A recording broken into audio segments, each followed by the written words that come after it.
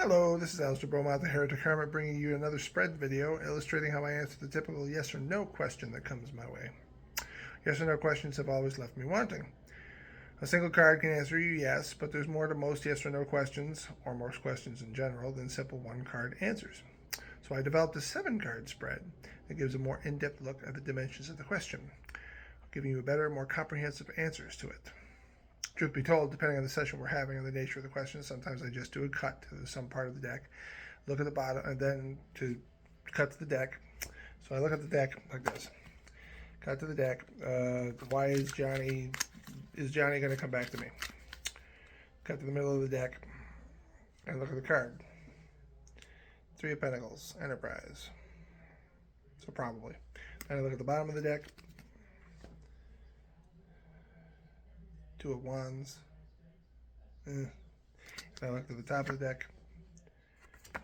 Hangman reversed. So it's like probably. It's going to take a minute, but probably. That's how you do the simple 1 through 3 cards. But the ones I do for the 7 cards, one where I really give somebody some really in-depth information, because that's what I would want. This is what I find most successful when it comes to yes or no questions, because I don't think people are answering. Nobody's satisfied when they sit there and go, "Is Jimmy coming back to me?" And I just go, "Yep."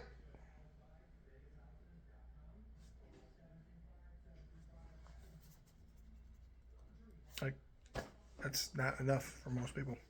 So this is how I do my version of the yes or no readings. There's the 7-card layout as I normally do it. The first card is your position, where you are at. Right now you're at the 9 of Swords, the Nightmare card, so you're fearing. You're in a place of fear when it comes to whatever the question is that you're asking. For the second card, I call this one the Chief.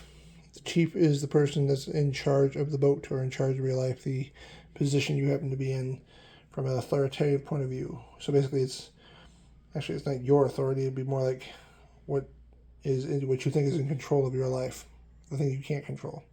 4 of Swords is peace between battles. So you have nightmares, you're afraid of the future probably. You also have nightmares between you have peace right now between battles, so you're in the middle of fighting. This is the pacifist. The pacifist says you're fine, that you're overthinking things. The sun is out. So far, this is going to be a yes reading because the sun is very powerful, beyond the fact that it's a major and the fact that it's the sun. But down here, we have the antagonist.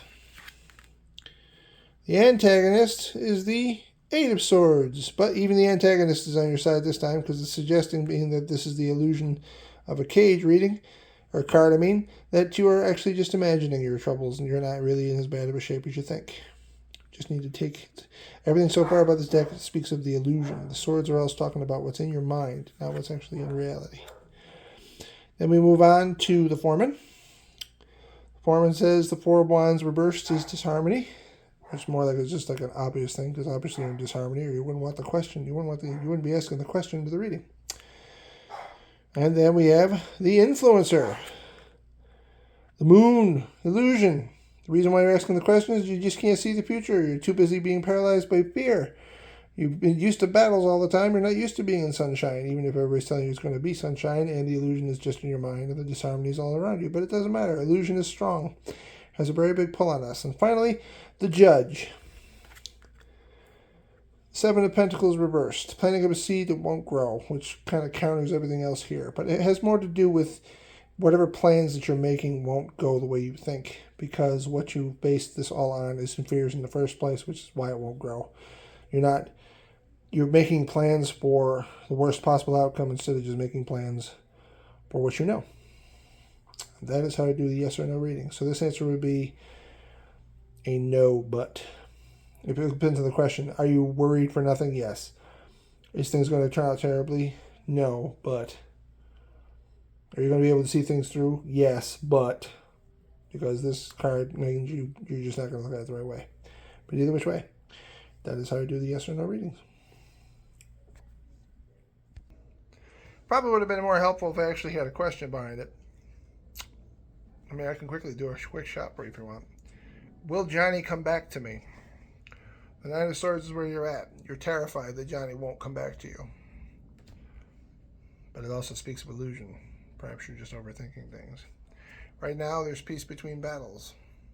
Right now you're okay. You haven't heard anything from Johnny. You're not really sure whether or not Johnny's coming back or not. All you know is Johnny's not here. But you haven't heard that Johnny is upset with you, and you haven't heard that Johnny's not coming back, and he hasn't said anything otherwise. You're just waiting. You haven't heard anything, and you're wondering why. It feels like he's coming back. Pretty sure he's coming back. Pretty sure he's coming back, and he's going to come back with bells on. He's just occupied with whatever he's doing. Men or masculine figures or masculine energies tend to have a focus on whatever it is they're doing, not the love of their life when it comes to business or function or something. Once we get obsessed with something, it's hard for us to think about anything else. Most men have a one-track mind.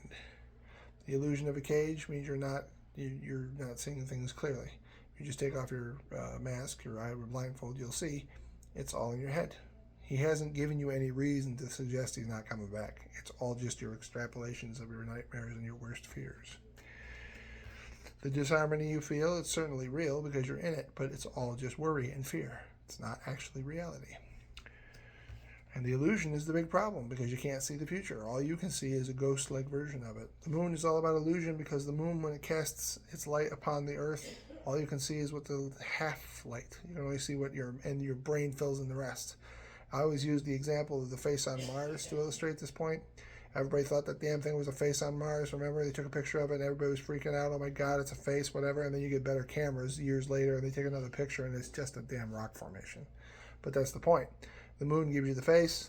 Reality gives you the rocks. And the judge, 7 of Pentacles reversed. Now, normally, like I said, you could just immediately take this as a, oh my God, because it just means no. But the only reason why it means no is because you're basing everything you're perceiving on falsehoods. So it's like you're saying he's not coming back because he said he wasn't going to, because you've imagined this whole big thing coming into the thing. He's not going to come back. He's not going to come back. It's a lie. He's most certainly coming back. It's just that right now, you don't have any better information to tell you otherwise. And that is how I do yes and no readings. Thank you very much for watching this video. Please like and subscribe so you never miss a new one, even if it's not your birthday, which I just put on all my videos apparently because I forgot to leave that part out. Leave your comments below, but only if you can do so in a simple and respectful manner. Visit the official Heretic Hermit website through the link in this video's description where you can order PDF readings sent straight to your email or make an appointment with me for personal readings through texting, video call, or phone call, or video chat, all done through Facebook Messenger, except for the email part, but yeah. Head on over and check it out. For all the roads I've traveled down in this mystery we call life, I have learned this. The questioning the world around you may separate you from others, but it is the only way you can find the truth in a world full of lies. We must keep each other honest to avoid the catastrophes caused by our nature. We are a bunch of real beasts. We must always question everything. May the universe guide you to prosperity and happiness, and I will be seeing you.